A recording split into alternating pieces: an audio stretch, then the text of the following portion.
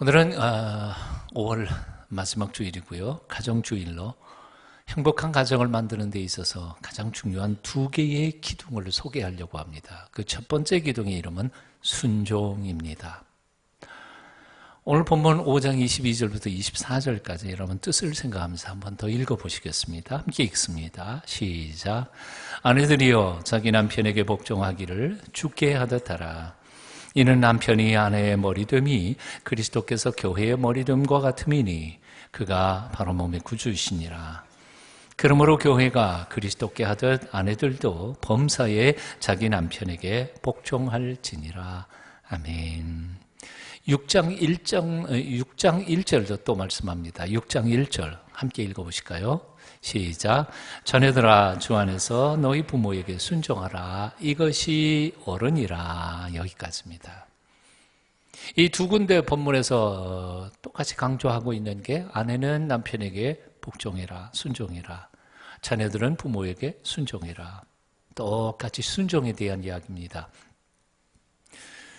여기 왜 아내가 남편에게 순종해야 할 이유를 23절에 이렇게 소개하고 있습니다. 그 이유는 그리스도께서 교회의 머리됨과 같이 남편이 아내의 머리가 되기 때문이다.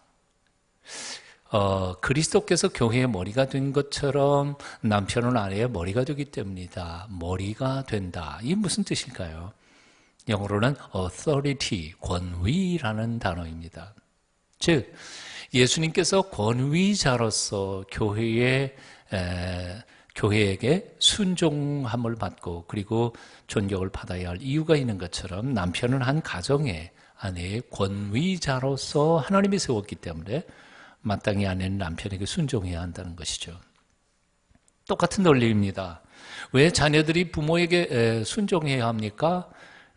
부모는 하나님께서 자녀들에게 권위자로 authority, 권위를 가지신 분으로 세웠기 때문에 그 권위 앞에 순종해야 한다고 성경은 가르쳐주고 있습니다. 자, 이제 질문은 왜 그러면 하나님은 남편을 아내의 권위자로 그리고 부모를 자녀들의 권위자로 세우셔서 순종하도록 명령하셨을까요? 그 이유가 무엇입니까? 이유는 간단합니다. 그들의 보호와 평안을 위해서입니다. 성경에 나타나는 권위라고 하는 것은 마치 우산과 같습니다. 우산 밑에 있을 때 비를 피할 수 있는 것처럼 권위 아래에 있을 때의 모든 위험에서부터 보호를 받고 평안할 수 있겠기 때문입니다. 이런 의미에서 성경 속에 나오는 권위라고 하는 것은 우리가 흔히 생각하는 무슨 권력이 아닙니다. 밑에 있는 사람을 통치하고 막 다스리는 걸 의미하는 게 아닙니다. 권위는 오히려 아래에 있는 사람들을 보호하고 지켜주는 책임에 더 강조가 되어 있습니다. 하나님의 권위 아래에 있는 사람들을 사탄은 함부로 공격 못할 것입니다. 하나님이 지키고 계시기 때문에요. 남편의 권위 아래에 있는 아내들은 그리고 부모의 권위 아래에 있는 자녀들은 세상의 모든 풍파와 위협에서부터 보호를 받게 될 것입니다. 여자가 남자보다 열등하기 때문에 순종해야 한다는 말이 아닙니다. 자녀가 부모보다 꼭 약해서 순종해야 하는 것도 아닙니다. 때로는 남편보다 똑똑한 아내도 많고 부모보다 능력 있는 자녀들도 많습니다. 하지만 하나님께서 설계하신 가정, 정말 행복한 가정이 되기 위해서는 부모는 자녀들의 권위자가 되어 그 자녀들을 보호하고 평안케 해야 한다는 말입니다. 남편은 아내의 권위자가 되어 리더십을 가지고 아내를 보호하고 평안케 해야 한다는 의무를 표현하고 있는 말입니다. 그리할 때 그 가정은 행복할 수 있겠기 때문입니다. 순종에는 참 많은 축복이 있지만 그 중에 가장 큰 축복은 바로 이 보호와 평안을 누릴 수 있다는 것입니다. 순종하는 사람은 권위자의 보호를 받습니다. 하나님의 보호, 부모님의 보호, 남편의 보호를 받습니다. 그래서 순종하는 사람은 평안하게 살 수 있습니다. 하나님께 순종하는 사람은 이 땅에서 안연히 살 수 있을 것입니다. 부모님에게 순종하는 사람은 이 땅에서 잘 되고 장수할 것입니다. 남편의 권위를 인정하고 순종하는 아내는 가정에서 평화롭게 살 것입니다. 보호와 평안을 누리기를 원하십니까? 순종하십시오. 순종하십시오. 존 러스킨이라고 하는 사람이 쓴 순종에 대한 어렸을 때의 기억, 고백을 제가 조금 읽어드립니다. 내가 아주 어렸을 때 난로 위에 벌겋게 달아오른 놋 주전자를 꼭 만져보고 싶었습니다. 어렸을 땐 다 그렇잖아요. 여러분은 안 그런 것 같으네요. 저는 그랬었어요. 그거 한번 만져보고 싶었어요. 몇 번 만지려는 것을 어머니가 말렸는데 그래도 나는 꼭 만지고 싶어 고집을 부렸습니다. 그때 유모가 그 주전자를 치우려 했더니 어머니가 내버려 두라고, 제 고집대로 하도록 내버려 두라고 하셨습니다. 그래서 나는 의기양양하게 그 벌겋게 달아오는 주전자를 만졌고, 그 고집 때문에 나는 내 인생에 있어서 가장 고통스러운 쓰라림을 맛보아야 했습니다.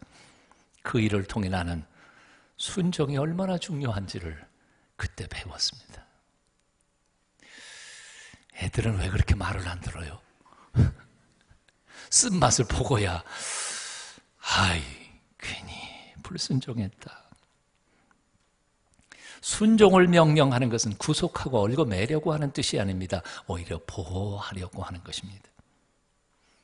아프리카의 한 선교사님 아들이 집 앞 뜰에서 놀고 있었습니다. 그 머리 위에 맹독을 가진 무서운 독사 한 마리가 나무 사이로 그 아이를 노리고 내려오고 있었습니다. 그것도 모르고 이 아이는 나뭇가지를 집어들고는 이리저리 휘두르면서 놀고 있었습니다. 마침 그 광경을 보던 선교사님이 기겁을 해서 소리를 질렀습니다. 얘야, 아빠 말 잘 들어. 머리도 흔들지 말고 나무도 휘두르지 말고 아빠가 뛰어 하면 그냥 뛰어와야 돼. 지금이다. 뛰어. 그 아이는 영문도 모르고 아버지가 시키는 대로 달려왔습니다.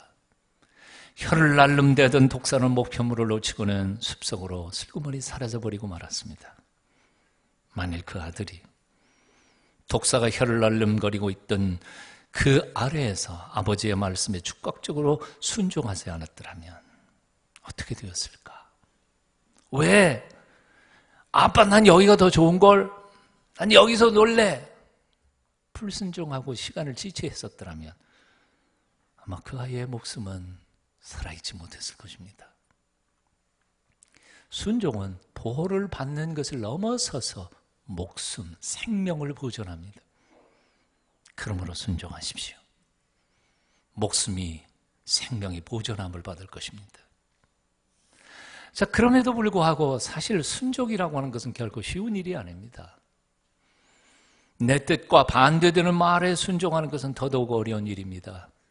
아브라함이 고향을 떠나 갈 바를 알지 못하고 가야 했던 그때 그 순종이 쉬웠겠습니까?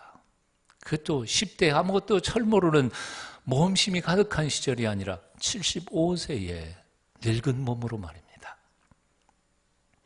100살에 출신 그 100살에 낳은 아들 이삭을 모리아 산 꼭대기에서 번제로 바치는 일, 그 쉬운 일이었겠습니까? 결코 쉬운 일이 아니었습니다. 그럼에도 불구하고 온전히 철저히 기꺼이 하나님 앞에 순종할 때 하나님은 아브라함을 믿음의 조상으로 세우실 수 있었던 것입니다. 독생자 예수 그리스도 그분에게조차도 순종이란 결코 쉬운 일은 아니었던가 봅니다. 그래서 예수님께서는 겟세마네 동산에서 이렇게 기도하셨죠. 아버지여, 할 수만 있거든 이 잔을 내게서 옮기시옵소서. 할 수만 있거든 이 잔을 내게서 옮기시옵소서. 하지만 그는 결국 아버지의 뜻 앞에 자신의 뜻을 꺾습니다. 그러나 내 뜻대로 마옵시고 아버지의 원대로 하옵소서. 저와 여러분이 예수님의 제자인 게 맞습니까? 그렇다면 예수님의 제자로서 순종하며 살아가야 할 줄로 믿습니다. 그리고 기왕에 순종할 것이라면 즐겁게 기쁘게 순종해야 할 것입니다. 억지로 하는 게 아니고요. 토마스 아켄피스는 이렇게 말했습니다. 흔히들 많은 사람들은 사람 때문에 순종하는 것이 아니라 필요와 어쩔 수 없는 환경 때문에 순종하게 됩니다. 그래서 그런 사람들은 평생을 그저 불평과 낙담으로 세월을 보냅니다. 그런 사람들에게는 결코 참 평안이 없습니다. 기쁨도 없습니다. 그래서 그들은 참 평안을 찾아보겠다고 이리저리 돌아다녀 보지만 하나님 앞에 자신을 온전히 내어 던져 순종하는 삶을 시작하기 전까지는 결코 그 마음에는 평안이 없을 것입니다. 기왕에 순종해야 한다면 기쁘게 순종하십시오. 즐겁게 순종하십시오. 기꺼이. 옛날에 큰 부자가 살고 있었는데 개를 너무 좋아해서 족보가 있는 개를 키우다가 그만 잃어버렸다고 합니다. 주인이 한인을 불러서 혼을 내고는 잃어버린 개 당장 찾아오라고 소리를 질렀습니다. 한인이 말대꾸를 했습니다. 영감마님, 저는 주인님의 종이지 개의 종은 아닙니다. 개 찾으러 못 가겠습니다. 하인의 말을 들은 주인이 화가 났지만 점잖게 다시 명령했습니다. 그래? 알았다. 가마를 대령하라. 하인의 가마를 대령했습니다. 그리고는 가마를 메고 주인께 여쭈었습니다. 영감님, 어디로 행차하시옵니까? 개 찾으러 가자. 처음에 주인 말에 순종했더라면 어떡해요? 자기 가볍게 개 찾으러 다녔을 거 아니에요? 이제는 뭐예요? 주인 영감마님까지 그냥 가마 메고 개 찾으러 다니려니 얼마나 힘들었겠어요. 순종이 축복입니다. 기쁘게 순종하십시오. 부모님께 순종하는 법을 배우고 남편에게 순종하는 법을 배우시고 노력하고 실천할 때 비로소 눈에 보이지 않는 하나님께도 온전히 순종하는 하나님의 거룩한 자녀들이 될 줄로 믿습니다. 행복한 가정을 만드는데 첫 번째 기둥, 순종입니다. 두 번째 기둥 소개합니다. 사랑입니다. 한번 따라해 보시겠습니다. 남편들이여 아내를 사랑하라. 부모들이여 자녀를 사랑해라. 하나님은 권위자들에게 사랑을 명령하셨습니다. 그것도 단순한 사랑, 추상적 사랑, 말만의 사랑이 아니라 십자가에 죽으신 예수 그리스도를 모델로 삼아서 그렇게 구체적으로 사랑하라고 명령하고 계십니다. 예수님께서 우리를 어떻게 사랑하셨습니까? 죄를 알지도 못하시는 분이 죄 많은 인간인 우리 자신을 위하여 죄값으로 자신의 몸을 대속죄물로 내 던져 죽으시면서까지 사랑하셨습니다. 이만큼 남편을 아내를 사랑해야 한다는 것입니다. 에베소 5장 25절 우리 함께 같이 읽어봅니다. 함께 읽으십시다. 5장 25절 시작. 남편들아 아내 사랑하기를 그리스도께서 교회를 사랑하시고 그 교회를 위하여 자신을 주심같이 하라. 자신을 주심같이 하라. 예수님께서 교회를 사랑하시되 교회를 위하여 자신의 목숨을 내 던져 죽으시면서 사랑하셨습니다. 바로 이것이 남편이 아내를 사랑해야 할 표준이고 모델이라는 것입니다. 특별히 여기 남편들 아내 사랑하기를 이라고 말할 때 그 사랑, 그 단어는 헬라 원절에서 에로스도 아니고 필레오도 아니고 아가페입니다. 아가페라고 하는 사랑은 본래 남녀간의 사랑이 아니죠. 남녀간의 사랑은 에로스입니다. 네? 서로 매력이 끌려서 사랑하는 사랑. 그런데 남편이 아내를 사랑하는 사랑은 그런 남녀 간의 에로스의 사랑을 뛰어넘어서 우리에게는 없는 조건 없이 부어주시는 하나님만이 가지고 있는 그 아가페의 사랑을 사랑하라고 명령하고 있다는 사실입니다. 연애 시절에는 에로스의 사랑으로 충분했을지 모릅니다. 하지만 결혼해서 한 아내의 남편이 되는 순간 에로스 가지고는 부족하다는 겁니다. 조건 없는 아가페의 사랑으로 성숙하지 않으면 온전히 아내조차도 사랑할 수 없다는 거지요. 남편이 아내를 사랑하는 표준은 예수님의 십자가입니다. 날마다 그 십자가를 바라보며 그 십자가에 조건 없이 기쁘게 죽어가신 우리 주님을 묵상하며 남편들은 그 주님처럼 아내를 그렇게 사랑해야 한다는 것입니다. 이것은 감정적 사랑이 아니고 의지적 사랑입니다. 이것은 본성적 사랑이 아니라 신앙적 사랑입니다. 말만 하는 사랑이 아니라 행함을 보이는 사랑입니다. 조건 있는 사랑이 아니라 무조건적 사랑입니다. 교회를 위하여 자신을 주심같이 하라. 글자 그대로 죽도록 사랑하라는 말입니다. 예수님은 우리들의 허물을 탓하지 않으셨습니다. 우리들의 실수와 허물을 잘못을 비난하지 않으셨습니다. 오히려 당신이 그 허물과 잘못을 범한 것처럼 대신 짊어지시고 십자가에 높이 달려 죽으신 것입니다. 그렇게 남편들도 아내를 사랑하라고 명령하시는 것입니다. 이런 점에서 남편들은 한 아내의 남편이 되는 순간부터 그 여인을 비판할 자격을 상실하게 됩니다. 아내의 잘못이 내 잘못이요, 아내의 허물이 내 허물이기 때문입니다. 그를 판단할 것이 아니라 그의 허물을 짊어지고 죽어야 하는 존재가 바로 남편이라 그 말입니다. 믿습니까? 대답을 못 하시네요. 제 말이 아니라 성경의 말씀이에요. 사랑하는 동숭이 남편들이요, 아내를 위하여 기꺼이 죽으십시오. 5명만 아멘했습니다. 아내가 아멘하는 것은 소용이 없어요. 남편이 아멘해야 돼요. 남편이 죽는 자리에 가정이 살아납니다. 아멘이시죠? 그럼 다시 한 번 더 하겠습니다. 말 안 하는 남편들 잘 새겨보십시오. 누구가 안 하나. 남편들이여 아내를 위하여 죽으십시오. 아멘. 찍힐까봐.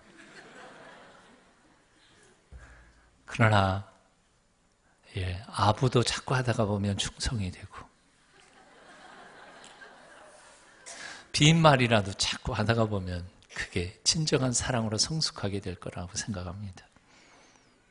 똑같은 원리입니다. 부모들이 자녀를 사랑하는 것도 그렇습니다. 부모의 사랑은 자신의 본성적 사랑이 아닙니다. 하나님의 교훈과 말씀에 붙잡힌 바 된 사랑이어야 합니다. 내 마음대로 내 자식을 가르치는 것이 아니라 하나님 말씀 앞에서 겸손히 본을 보이는 사랑이어야 하고, 내 생각과 주장을 강요하는 것이 아니라 온유함으로 나를 희생하여 감동시킴으로 자녀를 순종케 하는 사랑이어야 합니다. 이것이 바로 예수님의 십자가의 사랑이었습니다. 에베소 6장 4절은 말씀합니다. 아비들아, 너희 자녀를 노엽게 하지 말고, 노엽게 하지 말고, 강제로 훈련시키는 게 아니라는 거죠. 오직 주의 교훈과 훈계로 양육하라. 자, 이제 말씀을 맺으면서 오늘의 결론 읽어봅니다. 오늘 본문의 결론은 5장 21절입니다. 여러분 한번 같이 읽어보시겠습니다. 21절 시작. 그리스도를 경외함으로 피차 복종하라. 사실 사랑과 순종을 하나로 아우르는 원리는 피차 복종하는 것입니다. 남편이라고 아내에게 순종을 강요하지 말라는 것입니다. 아내는 남편에게 죽도록 사랑하라고 중문하지 말라는 겁니다. 부모라고 우격다짐으로 자식에게 순종을 강요하지 말라는 것입니다. 자식들도 부모에게 무조건적인 희생을 요청하지 말라 하는 것입니다. 우리는 거꾸로 살아갈 때가 참 많습니다. 내가 들어야 할 말은 안 듣고 상대방이 들어야 할 말을 듣고는 그걸 상대방에게 강요합니다. 아니요, 거꾸로라는 거예요. 상대방이 들을 말은 듣지 마세요. 내가 들을 것만 들어요. 하나님 앞에서 두렵고 떨리는 마음으로 서로 종노릇하며 섬길 때 비로소 에덴 동산의 행복의 가정은 회복될 줄 믿습니다. 고린도전서 9장 19절에서 사도 바울은 이렇게 고백합니다. 내가 모든 사람에게 자유하였으나 스스로 모든 사람에게 종이 된 것은 더 많은 사람을 얻고자 함이라. 아시는 것처럼 바울은 자유인이었습니다. 바울만큼 온전한 자유는 없었습니다. 정치적으로도 자유인이요, 신앙적으로도 그렇고, 배움에서도, 그리고 돈에 있어서도, 부함에서도 자유로웠습니다. 가난한 사람은 말로는 자유로울 수 있지만 옆 사람에게 빚을 질 수밖에 없지요. 근데 바울은 자유했습니다. 고린도전서 9장 1절 이하에서 사도 바울은 자신 있게 이렇게 외칩니다. 내가 자유인이 아니냐, 내가 사도가 아니냐, 내가 예수 그리스도를 보지 못했느냐, 강하고 담대하게 자신의 자유인임을 선포합니다. 하지만 쭉 읽어가다가 보면 19절에서 그는 이렇게 고백합니다. 언성을 낮추면서 조용하게, 내가 모든 사람에게 자유하였으나 스스로 모든 사람에게 종이 되었느니라. 스스로라는 말입니다. 굳이 안 해도 되는 일입니다. 남을 위하고 사랑하는 마음으로 자원하여 내가 종이 되었다는 것이죠. 누가 시켜서가 아닙니다. 예수님도 십자가를 억지로 짓지 않으셨습니다. 자원하여 즐겨 세상 죄인들의 화목 제물이 되신 것입니다. 바울은 할 수 없어서, 다른 길이 없어서 모든 사람의 머슴이 된 건 아니었습니다. 오직 사랑하는 주님 때문에, 주님의 그 사랑의 강권 때문에, 그리고 죽어가는 잃어버린 영혼들을 향한 자기의 사랑 때문에 기꺼이 머슴이 된 것이었습니다. 기독교는 자원하여 종이 되는 신앙입니다. 나를 생각해보면 하고 싶지 않지만, 할 필요도 없지만 남을 기억해서 그 남들을 사랑하기 때문에 기꺼이 머슴이 되고 종이 되어 예수님처럼 기쁘게 남을 섬겨가는 것, 이것이 바로 기독교 신앙의 핵심입니다. 함석헌 선생의 글 중에 이 못난 제자 석헌이는 우옵니다 라는 아주 명문이 있습니다. 굉장히 긴 글이지만 제가 이 글 읽으면서 정말 저도 울었습니다. 그 긴 글 다 읽을 수는 없고 한 몇 부분만 제가 조금 읽어드립니다. 오산학교 초창기에 모든 것이 다 부족하고 허술했는데 그중에 화장실이 가장 열악했습니다. 추운 겨울이면 학생들이 뒷간에서 대변을 보는데 쌓이는 인분이 자꾸 얼어 올라가서 산봉우리처럼 자랐습니다. 어른들만 알죠. 푸세식 사용했던. 애들은 잘 몰라요. 올라가 나중에는 사람의 엉덩이를 찌를 지경이 됐습니다. 경험이 있으세요? 그 청소할 생각은 안 하고 옆으로 살살 피해가지고 또 폭탄 투하하는. 올라가 나중에는 사람의 엉덩이를 찌를 지경이 됐습니다. 그런데 아무도 그것을 치우려는 사람이 없었습니다. 그것을 보다 못한 이승훈 교장 선생님은 몸소 도끼를 들고 그 뒷간 밑으로 들어가서 깨냈는데, 도끼질을 하다가 보면 이따금 튀어나는 똥푸스러기가 입속으로 들어가는 일도 있었답니다. 그러면 그저 천연스럽게 퇴 하고 뱉어버리고는 또 도끼질을 하셨답니다. 그것을 보던 다른 선생님들과 학생들이 깊은 감동을 받은 것입니다. 그 사실을 기억해내며 함석헌 선생은 울며 글을 쓰고 계신 것입니다. 이승훈 선생은 3.1 만세운동에 연루되어 감옥에 가셨을 때에도 감방 안에 똥통을 손수 먼저 닦으시면서 늘 이렇게 기도하셨다 그러죠.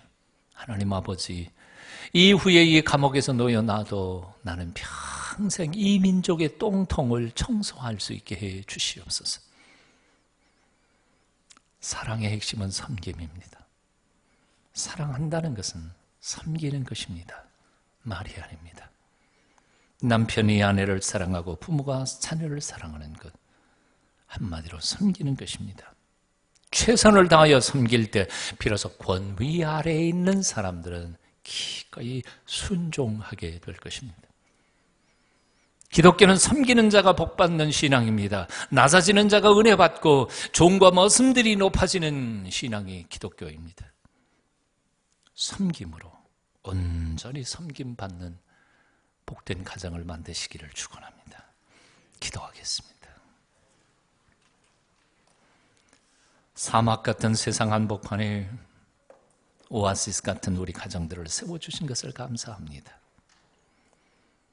우리들의 가정이 영생의 생수가 터지고 생명의 양식이 풍성하게 넘쳐나는 사랑의 동산이 되도록 복내려 주시옵소서. 서로 피차 존경하고 복종하며 섬김으로 태초에 에덴 동산에 계획하신 그 사랑의 가정을 회복할 수 있도록 우리를 도와주시옵소서. 예수님 이름으로 기도합니다.